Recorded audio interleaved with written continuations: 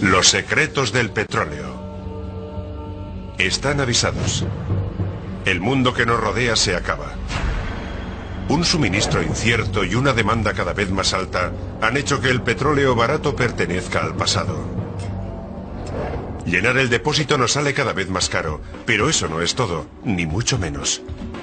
Tal vez no hayan reparado en ello, pero el primer secreto del petróleo es muy sencillo. Está en todas partes. Lo empleamos para fabricar el asfalto y la aspirina, en cosmética y en ordenadores, en cascos de protección y en válvulas cardíacas, en cristales de seguridad y en cortinas de baño, en paraguas, bolsas de basura y todo lo que hay en medio. El petróleo lubrica nuestras máquinas, nuestras armas e incluso nuestra piel. Fusiona los materiales de nuestras casas y carreteras y es la base química del plástico, del caucho y de las fibras sintéticas.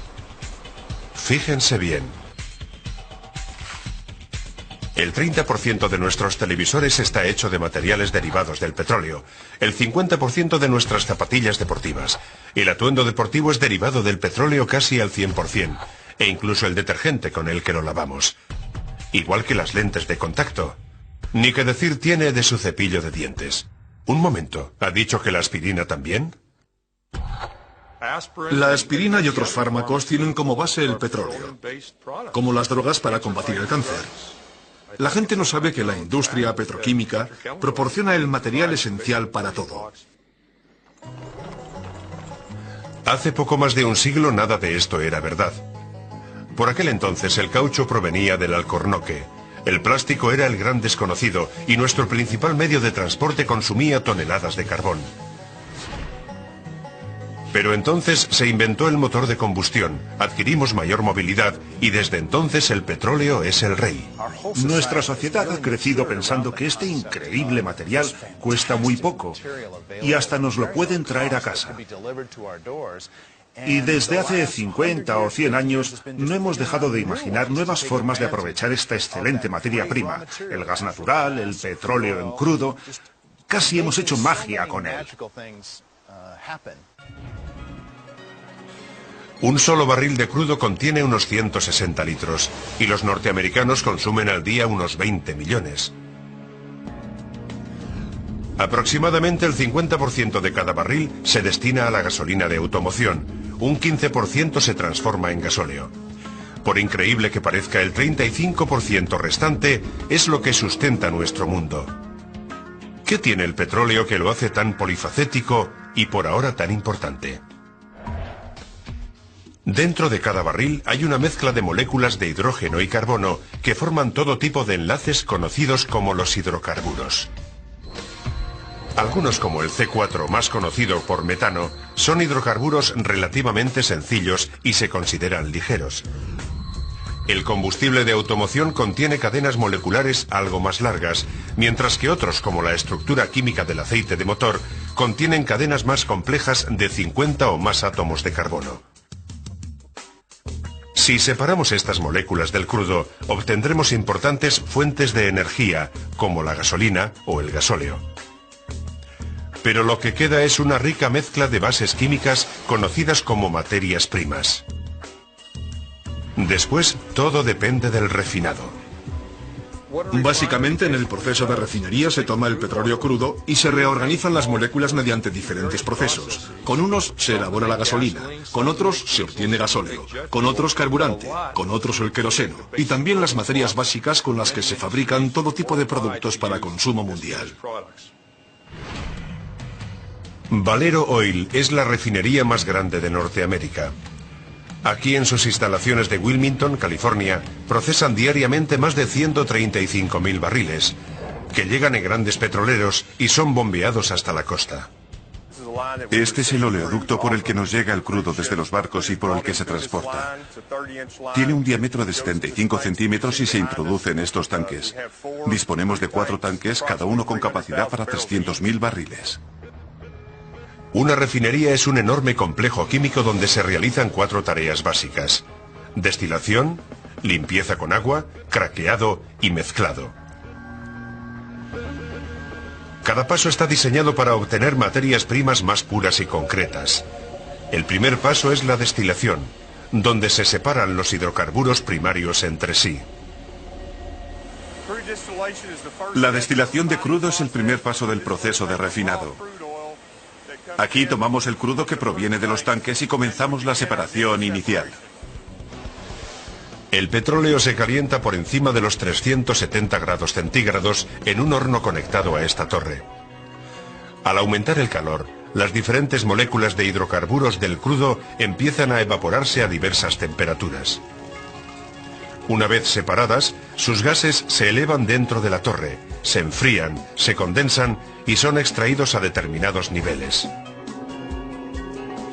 Los hidrocarburos más ligeros, como los gases líquidos que se utilizan para fabricar aspirinas, suben hasta arriba, mientras que los más pesados, que se emplean en aceite de motor y asfalto, permanecen en la parte inferior. Como resultado, el crudo que antes era uniforme se ha separado en varios elementos. Tras la separación del crudo obtenemos estos productos que ven aquí. Empezando por el más ligero, tenemos gas natural, que se almacena en este tubo a alta presión. Obtenemos una gasolina ligera, otra gasolina más pesada llamada nafta, combustible para aviones a reacción y gasóleo diésel. También obtenemos diferentes productos de la gama del gasoil y residuos, como el asfalto. O en este caso, tenemos una muestra de coque.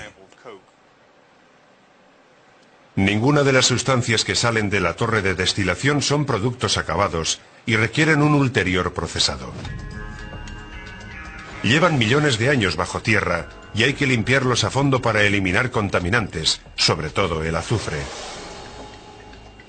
En este proceso mezclamos el petróleo con hidrógeno. Lo pasamos a través de los intercambiadores de calor y el horno y calentamos el petróleo a 370 grados. En ese momento lo pasamos a un catalizador que, junto con el hidrógeno, elimina los contaminantes del petróleo para después seguir elaborándolo. El resultado es un producto limpio de contaminantes, como este carburante para aviones a reacción. De hecho, la mayoría de los aeropuertos disponen de oleoductos directos con las refinerías locales.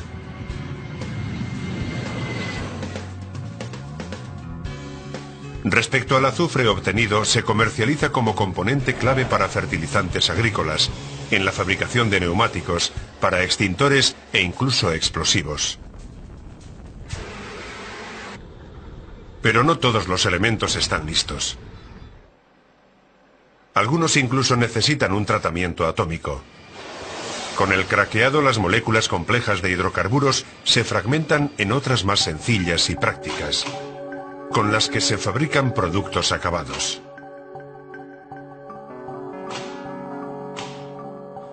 Esto se puede hacer aplicando mucho calor o combinándolas con catalizadores químicos.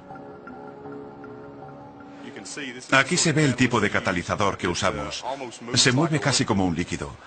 Lo que hacemos es mezclar este catalizador con el gasóleo a temperaturas muy altas, más de 700 grados centígrados. Y este reacciona formando estos productos más ligeros que vemos aquí. Al dividir los gases pesados del petróleo en moléculas más pequeñas, se obtiene un combustible utilizado en barcos. Además, se obtiene propileno, que se almacena en este recipiente. El propileno es una materia prima que se usa en maquillajes, dentífricos, anticongelantes, pinturas y productos de poliuretano, como los cascos de fútbol americano.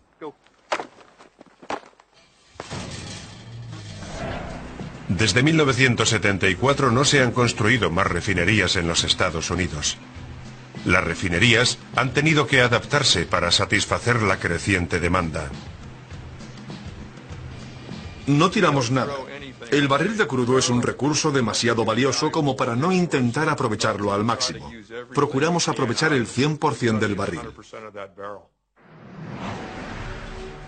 A lo largo de su historia, la industria ha utilizado hallazgos casuales para transformar la basura en productos útiles. La petroleína era un ungüento blanquecino que surgía del terreno con las perforadoras y a menudo atascaba los engranajes.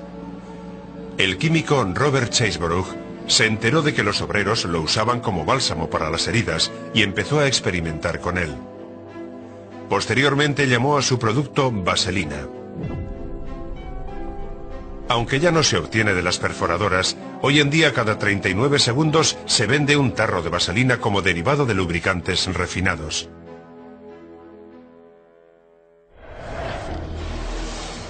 El coque de petróleo, ese desagradable residuo que queda después de separar las demás sustancias, era relegado al fondo de los barriles hasta que empezó a ser utilizado en los hornos de las herrerías.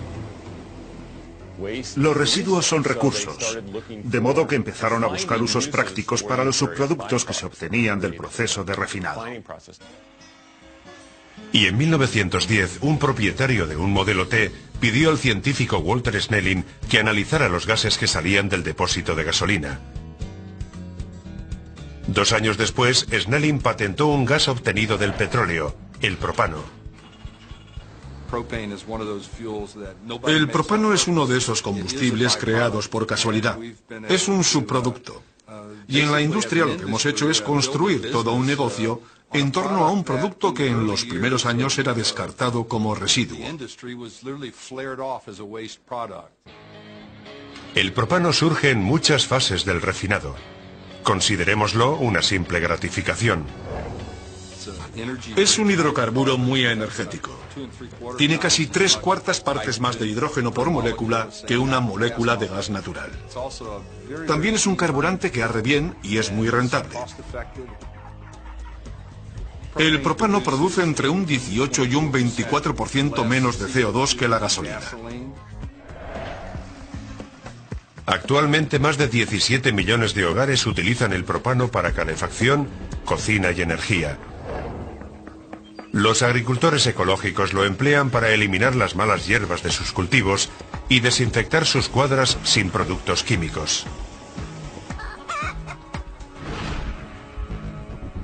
Y por supuesto, en más de 50 millones de hogares se utiliza para encender la barbacoa. Imagínese, el 2% del mercado energético lo consumen 50 millones de familias solo para la barbacoa. Una ventaja importante del petróleo y sus derivados es su facilidad de manejo. Por ejemplo, comparado con el carbón, es un recurso fácil de transportar. El petróleo es muy versátil. Y una de sus características es que es líquido y fácil de transportar. El propano no es ninguna excepción. Los fabricantes someten el gas a presión, lo que lo convierte en líquido. Así es 270 veces más compacto.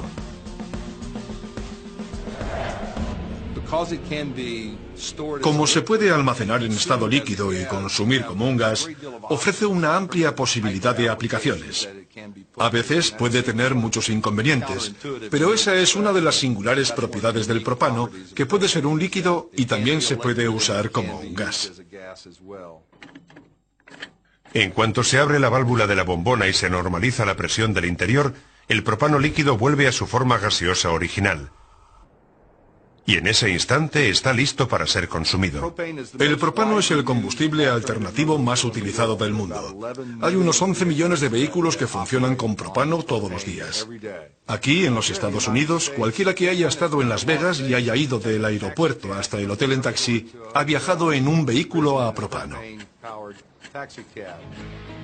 Pero si pensaban que el petróleo no daba para más, aún quedan sorpresas. ¿Qué tienen en común las bañeras, las virutas de embalaje y los depósitos de armas ultrasecretos? Una palabra: plástico, el subproducto del petróleo más prolífico que existe.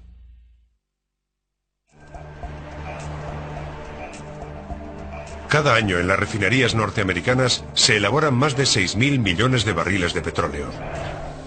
Pero hay un dato sorprendente. De menos del 5% se obtienen más de 45.000 millones de kilos de plástico. Eso es más plástico que lo que pesan juntos todos los hombres, mujeres y niños de Estados Unidos. El plástico es el producto final más abundante del petróleo. No podemos vivir sin él y cada vez es más caro. Algo tan sencillo como un vaso de cartón basa su funcionalidad en el recubrimiento plástico del interior. Sin ese plástico la bebida se nos derramaría, porque el plástico retiene el líquido en el vaso. Eso hace que el vaso sea práctico.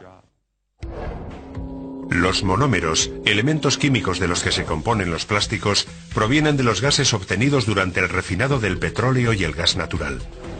Al igual que otras partículas, estos gases se dividen en elementos de hidrocarburo más pequeños, conocidos como materias primas químicas.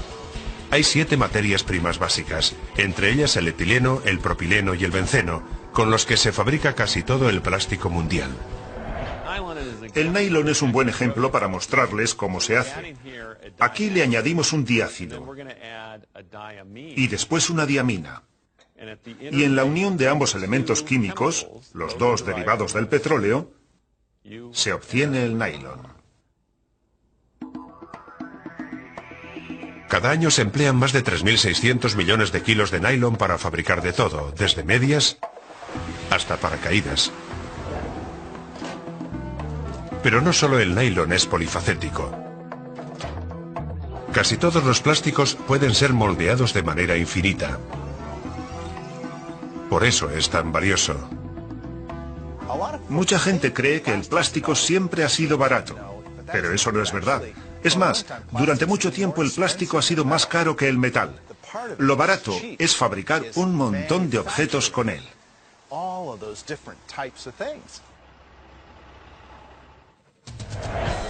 Spartek Plastics es un fabricante internacional de materiales plásticos. Tiene una producción anual cercana a los 500 millones de kilos.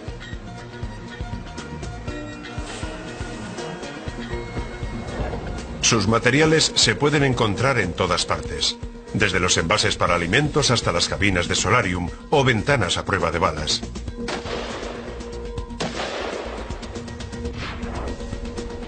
Aquí, en sus instalaciones de La Mirada, California, se fabrican laminados y rollos de 2 de los plásticos más importantes.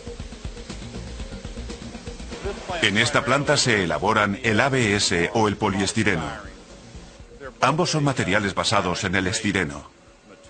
Cada vez que abran la puerta de la nevera, las bandejas, los compartimentos para la comida y, por supuesto, la puerta llevan poliestireno.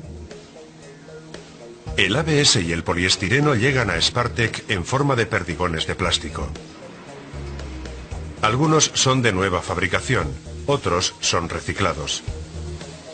Son trasladados mediante mangueras de aire hasta llegar al extrusor, el núcleo de la operación. En el interior de este extrusor por calor hay una barrena helicoidal que gira constantemente, arrastrando los perdigones hacia el otro extremo. Los perdigones se comprimen y se frotan entre sí, generando calor y fricción, con lo que el plástico se derrite. La masa mezclada se pasa a través de un estrecho filtro. Así se forma una película de plástico que se desliza a través de una serie de rodillos. Parece muy sencillo, pero para diseñar la barrena se requiere un sofisticado cálculo geométrico, y eso se ha hecho a base de hacer pruebas y meter la pata durante mucho tiempo.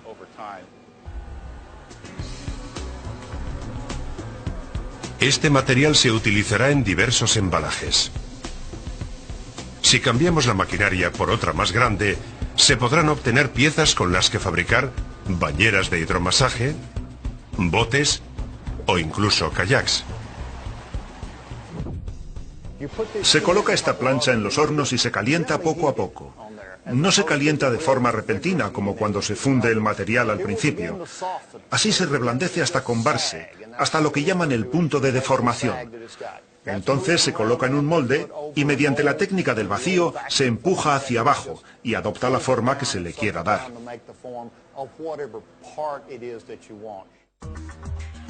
La extrusión por calor es un sistema clave para la fabricación de plásticos a medida. Pero también hay otros, como la soldadura. El vinilo, también conocido como PVC, es un plástico obtenido del petróleo, muy conocido por su durabilidad y flexibilidad. Su utilidad fue comprobada en los años 20 por un ingeniero químico que, según la leyenda, buscaba una pelota de golf más resistente. Actualmente los plásticos derivados del petróleo siguen desempeñando un papel importante en la fabricación de pelotas de golf.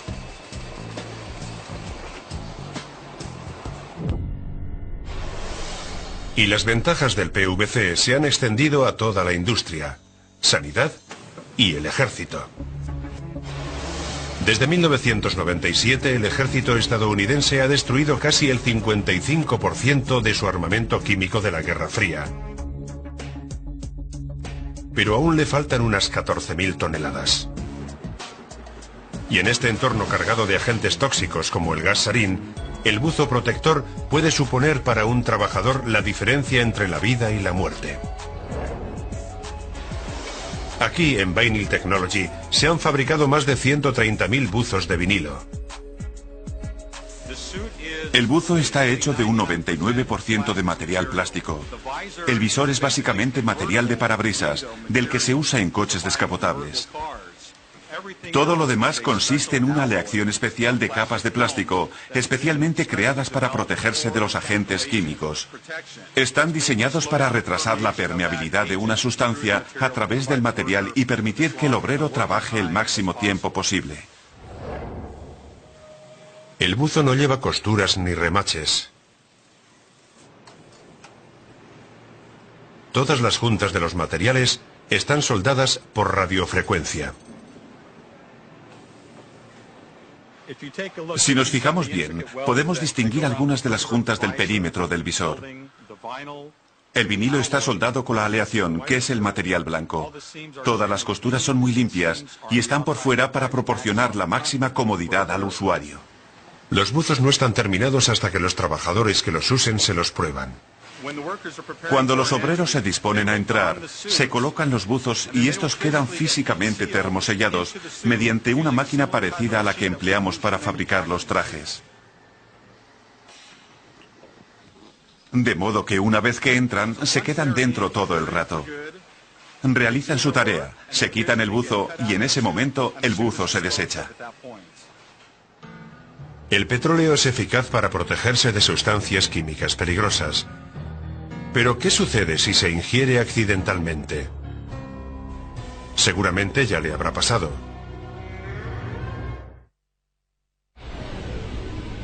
Si hablamos de palabras mayores, pocas cosas hay más grandes que la oruga transportadora.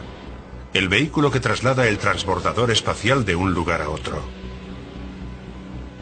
Cuesta creer que este coloso de casi 3 millones de kilos de peso tenga mucho que ver con un reloj de pulsera. A pesar de la diferencia de tamaño, bajo su apariencia, ambos mecanismos tienen muchas piezas móviles. Y ya pesen varias toneladas o pocas micras, las piezas móviles casi siempre requieren lubricantes derivados del petróleo. Un lubricante está diseñado para hacer dos cosas muy diferentes. Una es evitar el desgaste y la otra tiene que ver con el calor que generan las piezas móviles. Su poder de lubricación consiste en eliminar el calor que se genera y evitar el rozamiento de las superficies. Los lubricantes están hechos de aceites básicos separados de los elementos más pesados en la torre de destilación. Son una de las fracciones más valiosas, aunque representen menos del 8% del producto de un barril. Eso se debe a que sirven para muchas cosas, desde trasladar el transbordador o guiar un misil, hasta fijar la cadena de las sierras mecánicas.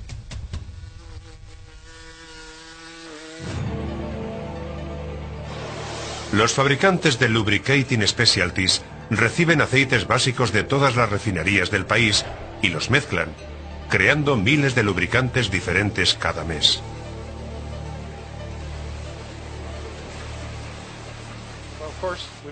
Fabricamos aceite de motor. Seguramente sea nuestro producto estrella. Elaboramos especialidades con líquidos ignífugos que son imprescindibles en las fundiciones, para que no se produzca un incendio en caso de fuga. Y también fabricamos aceites industriales que se usan en los barcos para mover el timón, baterías de misiles o armas. Y también aceites para el despegue de aviones.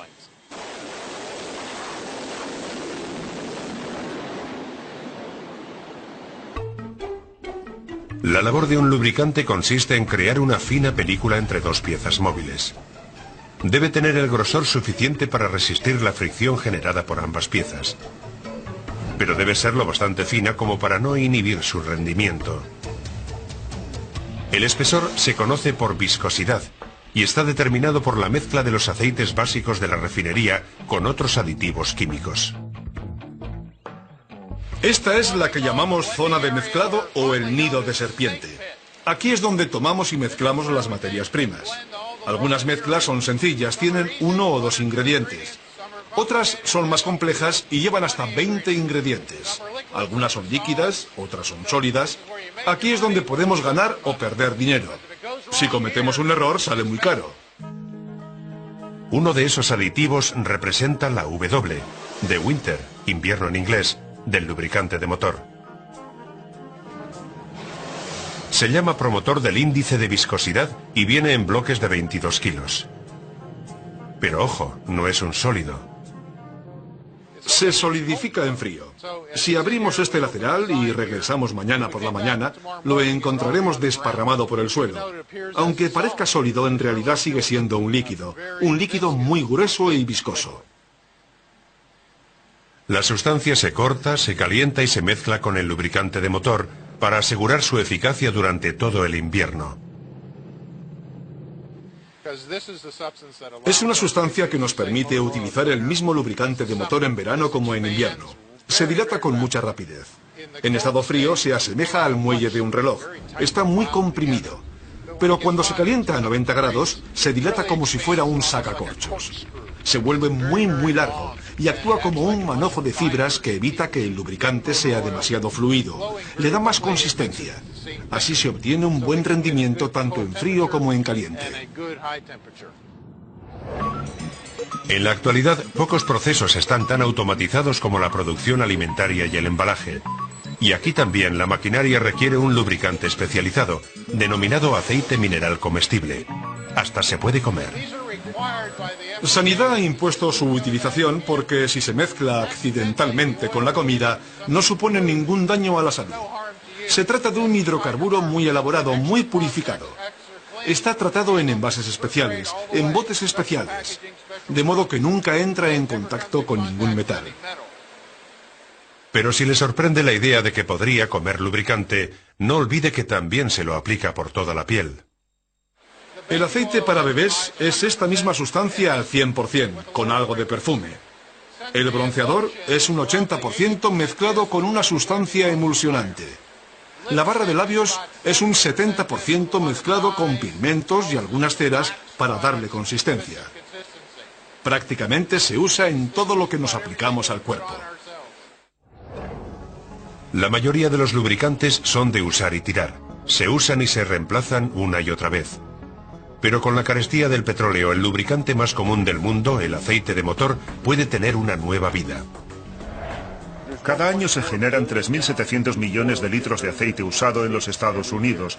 Aquí en Evergreen Oil nos hacemos cargo de ese aceite y lo reciclamos. Tomamos el aceite usado y lo devolvemos a un estado prácticamente virgen. Calculamos que un mismo litro se puede reutilizar más de 20 veces. El aceite reciclado es diferente del aceite reacondicionado, que a menudo es etiquetado como de segunda mano y simplemente filtrado, a veces con resultados desiguales. Evergreen Oil calcula que un reciclado de todos los aceites podría permitirnos ahorrar más de 90.000 barriles de petróleo al día.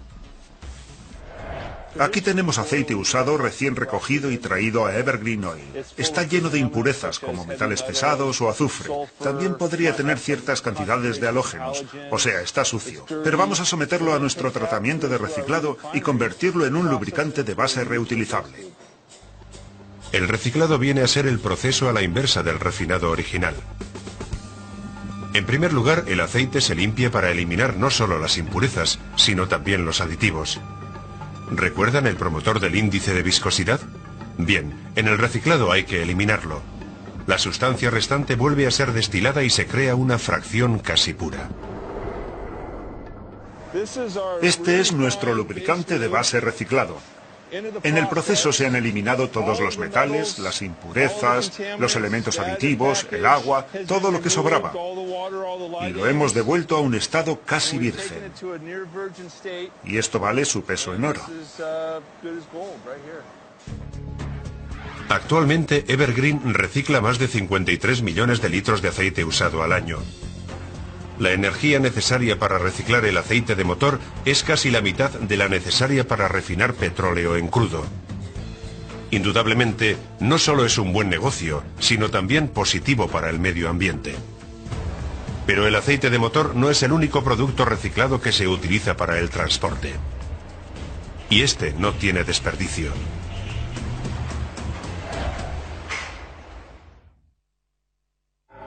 ¿Sol abrasador? ¿Tormentas tempestuosas? ¿Vientos huracanados? Haga el tiempo que haga, necesitamos un techo para protegernos de la ira de la madre naturaleza. Y lo más importante que hay que proteger es precisamente el tejado. Aquí es donde interviene el petróleo. Actualmente 4 de cada 5 hogares estadounidenses están cubiertos de tejas de asfalto, el material más utilizado en este país. La industria del asfalto fabrica anualmente más de 1.000 millones de kilómetros cuadrados de productos para tejados, material suficiente para cubrir 5 millones de hogares al año. Los pozos naturales de asfalto existen desde hace millones de años. Y los pueblos antiguos aprovechaban sus pegajosas propiedades para construir ciudades, calafatear botes e incluso embalsamar a sus muertos.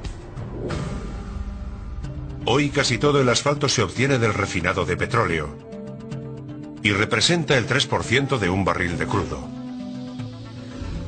Es el líquido denso y oscuro que queda una vez retirados los hidrocarburos más ligeros. Aquí, en Owens Corning Asphalt Single Manufacturing Center, en Compton, California, se elaboran más de 110 toneladas de asfalto líquido cada día. Aquí es donde recibimos el asfalto en nuestra planta. Llega en camiones y se transporta al conversor, que es esa torre que tengo justo detrás de mí. Aquí es donde transformamos el asfalto en un material apto para construir tejados. Se aplica aire caliente al asfalto para hacerlo blando y duradero. Las tejas de asfalto están hechas de 3 elementos básicos: una alfombra sintética de papel o fibra de vidrio, mineral granulado y finalmente un recubrimiento de asfalto. Detrás tengo el aplicador de asfalto.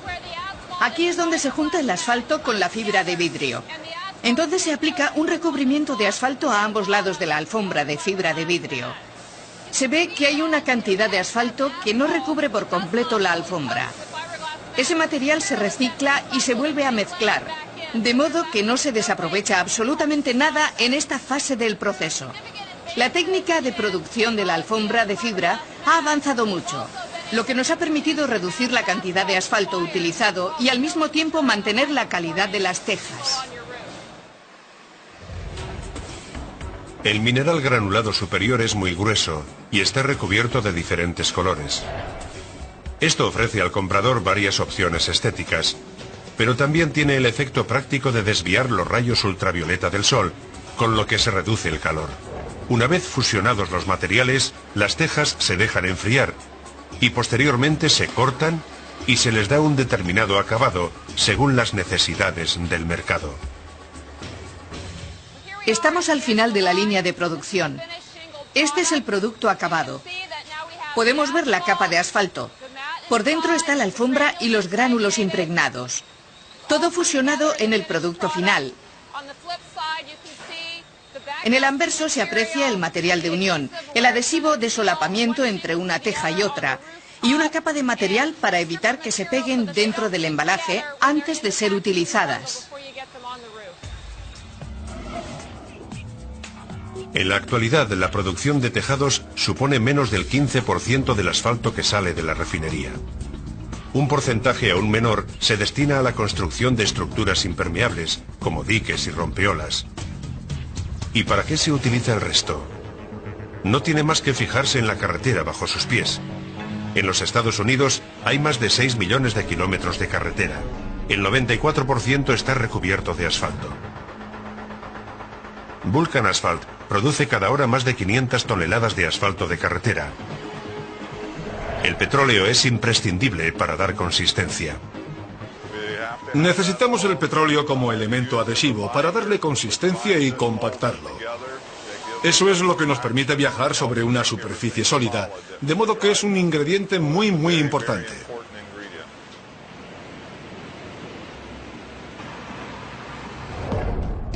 El asfalto de carretera se fabrica con arena y piedrecillas de diferentes tamaños, o grava, también llamada agregado triturado. Todo esto se mezcla en un mortero. Como se puede ver, tengo piedrecillas de diferentes tamaños. Algunas de medio centímetro, otras de 1 centímetro, otras mayores. Y también arena. En la mezcla utilizamos diferentes tamaños. Para hacer un buen mortero, hay que rellenar todos los huecos. Que no haya ningún resquicio. Lo que hacemos es empezar por la grava más grande y después se añade la más pequeña para que quede todo compacto. De otro modo, la carretera se quebraría. El petróleo rellena todas las grietas y también le da consistencia. Los diferentes tipos de superficie requieren diferentes mezclas. Una vez establecida la fórmula correcta, el agregado se traslada a una secadora, donde se calienta a casi 900 grados centígrados. Lo secamos por completo antes de mezclarlo con el petróleo, porque el agua y el petróleo no ligan. Dentro de la secadora, Vulcan también añade asfalto reciclado al mortero, con lo que se ahorra grava y petróleo. Esto es asfalto reciclado. Este es uno de los productos que más se reciclan en los Estados Unidos. Aquí lo usamos bastante. Es una porción muy importante de nuestra mezcla de asfalto. Se incluye el petróleo líquido utilizado previamente. Ahora es cuando el agregado se rocía con asfalto líquido de la refinería. Tras una breve pero intensa mezcla, el proceso está terminado. Aquí tenemos nuestro producto final tal y como sale de nuestras instalaciones. Como se puede apreciar por el tamaño del agregado, es una mezcla de 2 centímetros. Con esto se pavimenta la carretera. Seguramente esta misma tarde lo transportaremos allá. Una carretera asfaltada, otro derivado del petróleo que damos por hecho. Pero ahora se nos plantea una interrogante. ¿Qué pasará cuando se acabe el petróleo?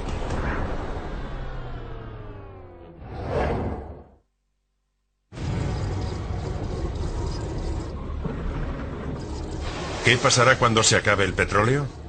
Nadie sabe cuándo será eso. Pero en una cosa estamos de acuerdo. Al aumentar la demanda, el suministro se irá reduciendo, hasta que un buen día el petróleo crudo se agote como recurso primario natural. Y será mejor que nos vayamos preparando.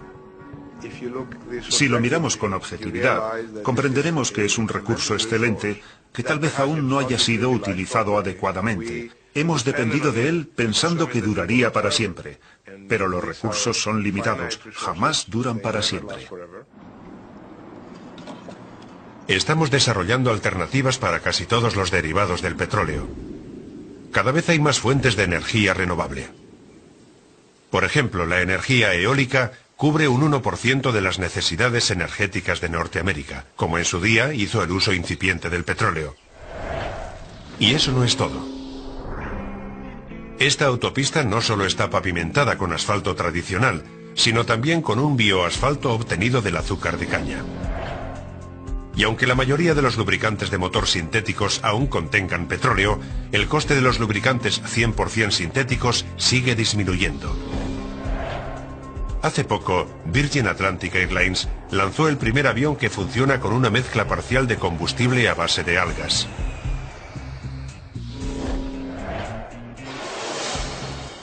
Los paneles fotovoltaicos como estos que vemos aquí no solo suministran energía hoy, sino que también pueden hacer funcionar los coches del futuro. Y los plásticos que antes se fabricaban con petróleo crudo, ahora se elaboran principalmente con gas natural, más limpio y eficiente. También se puede obtener plástico de maíz u otras plantas. Pero las nuevas energías y materias primas no suponen el único campo de investigación y desarrollo. ¿Se podrá compensar el petróleo, el gas natural o el carbón con otras fuentes de energía alternativa? Esa pregunta depende mucho de la tecnología que seamos capaces de desarrollar. Por el lado de la demanda podemos hacer las cosas de manera mucho más eficiente, para que así disminuya la demanda. Ahí es donde el reciclaje desempeña un papel principal. Combatir la demanda reciclando lo que ya tenemos es una estrategia muy común en miles de vecindarios de todo el país. No hay más que ver las botellas de plástico, que generan más de 9 millones de plástico reciclado cada año. Sin embargo, el reto no reside en los plásticos sencillos, como las botellas, sino en productos más complejos, como los televisores u ordenadores, que contienen muchos tipos de plástico. Hasta hace poco, la única solución era el vertedero. Pero aquí llega la nueva ciencia de la recuperación. En torno a la recuperación se está desarrollando un inmenso mercado y hay mucha gente ávida de plástico reciclable, pero tenemos que sacarlo de nuestra basura. Ahí es donde tenemos que pensar nuevos métodos, no solo porque haya una mayor concienciación ecológica, sino porque el propio plástico ha incrementado su valor. Literalmente se ha triplicado o cuadruplicado. En 1994, Trip Allen fundó la empresa MBA Polymeries para reciclar piezas de plástico de equipos de alta tecnología. Podemos aprovecharnos de las propiedades del plástico, por ejemplo, de su densidad. Los plásticos tienen diferentes densidades. El polietileno de una botella de detergente o de leche es más ligero que el agua. El poliéster PET, lo que usamos en las botellas de refresco, es más pesado que el agua. Tomamos los dos, los trituramos, los agitamos y sin más los introducimos en agua. Y apreciamos la separación. El polietileno flota y el poliéster o PET se hunde. No siempre resulta tan sencillo. Hay que buscar métodos prácticos para separar los plásticos. Los ordenadores llevan 12 tipos de plástico diferentes, todos ellos reciclables. ¿Pero conocen un producto que lleve 39 tipos diferentes de plástico? Lo han adivinado, el coche familiar.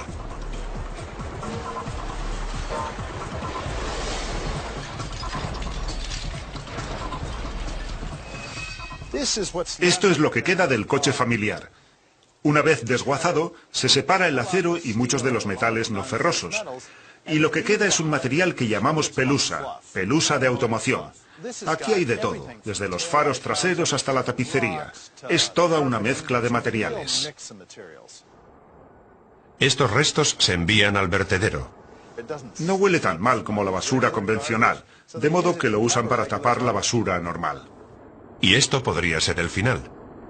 Pero como los antiguos buscadores, Allen encuentra oro en estas pilas de basura. Este vehículo utiliza una serie de técnicas que provienen principalmente de los antiguos conceptos de la minería. California fue fundada durante la fiebre del oro. ¿Y qué es la búsqueda del oro sino la selección de piedrecillas amarillas, entre otras piedrecillas inmundas? El proceso comienza pasando la pelusa de automoción a través de unos imanes para eliminar cualquier partícula metálica.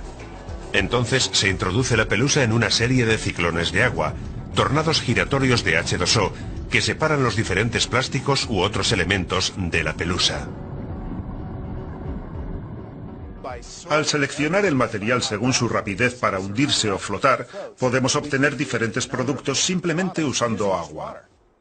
Hay mucho acero y metales no ferrosos, pero también hay diversas variedades de plástico que se pueden aprovechar para elaborar otros productos de consumo.